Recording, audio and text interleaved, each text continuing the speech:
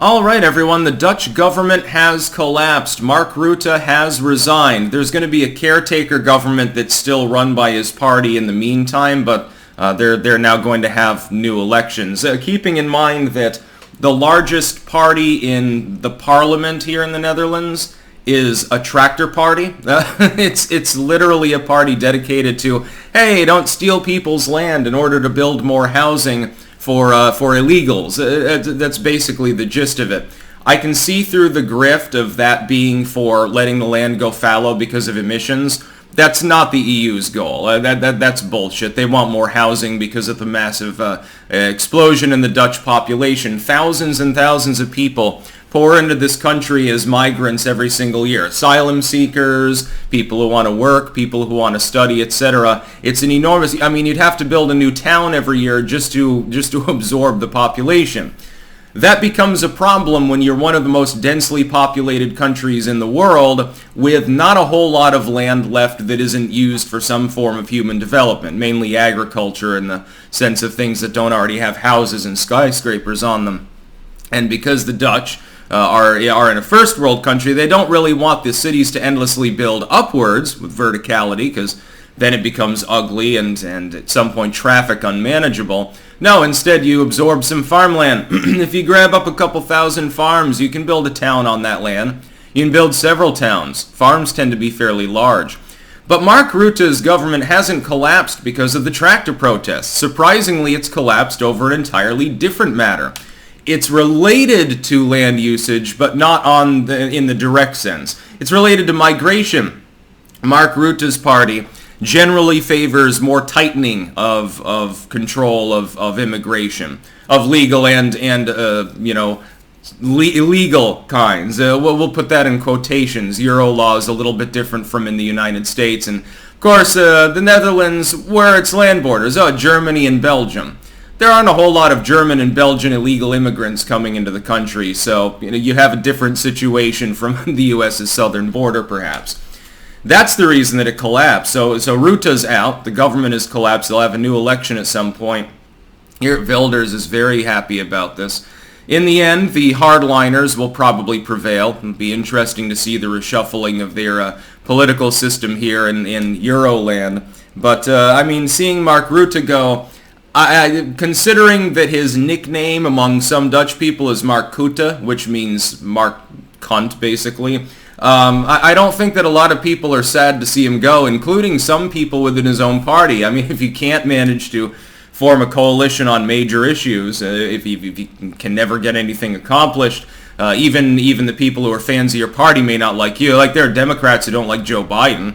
Quite a few of them, actually. More than half. Maybe his government will collapse at some point. Be the best thing for the entire Western world. Looking at the situation, though, I was awestruck when I saw... I had like a dozen people sending me in news tips about this, because I'm residing in the Netherlands currently. And I'm like, oh, okay, the tractor protesters have locked things down, and now Mark Rutte is going to have to leave. His party is collapsing, basically. Nope, it's about migrants. If the migrant crisis is what sinks you, when you also have hundreds of thousands of people regularly protesting across your country because you plan to steal the land from people who sometimes have been on the same plot in their family since like the 1500s, it shows that maybe there's a little bit of an out-of-whack priority here. I would think that the tractor thing would be more appropriate to protest about, and specifically, in part, because it ties in, actually, to the migrant crisis that you see in Europe. Because those people need somewhere to sleep. Well, if you have tens of thousands of asylum seekers coming in on the reg, you need more land. Have you ever seen the Netherlands? Basically, every square inch of land, other than a chunk at the center of the country, which is managed woodland. It's, there's wolves there and shit, and I think that they regularly harvest the wood, and like in a circular or rotary fashion, in order to drive pilings down, basically, to build things in the Netherlands. And for other uses, at least you have some pine lumber that you can work with. It's wonderful. Other than that, every square inch of the Netherlands has been fully developed, except for parks and stuff, and those are managed too. Even like alongside the streets here, it's not like in the United States where Along the main streets of the city, occasionally there are trees, but usually there's nothing. Maybe a little green strip and it's just grass. Here there are fairly elaborate gardens that are managed on most of the significant streets. They're everywhere. They have service crews that go out and routinely weed everything and add soil and stuff like that. It's like parks literally everywhere, little miniature parks with flowers and shit. The land has been categorically 100% settled. The only thing at this point that you can do is build up, which the Dutch people clearly don't want anymore. They've become wealthy and to an extent decadent, so you don't want just a bunch of 10-story housing everywhere. The medium density stuff is a little bit more manageable. That's primarily what's being built in outside of anything near Amsterdam anyway. Here it's all mid-density for the most part. So if you can't build up, you have no choice but to absorb more land. Really, that should be the conversation that they're having. Seeing the Netherlands for myself and seeing the population explode by 40,000 people since I stepped foot in the country, and its growth rate is pretty high. That's just the number of people being imported. Then you have tens of thousands of more in population growth from being actually born. The Dutch, I do believe, are a little bit above replacement rate still. There actually has been a baby boom lately.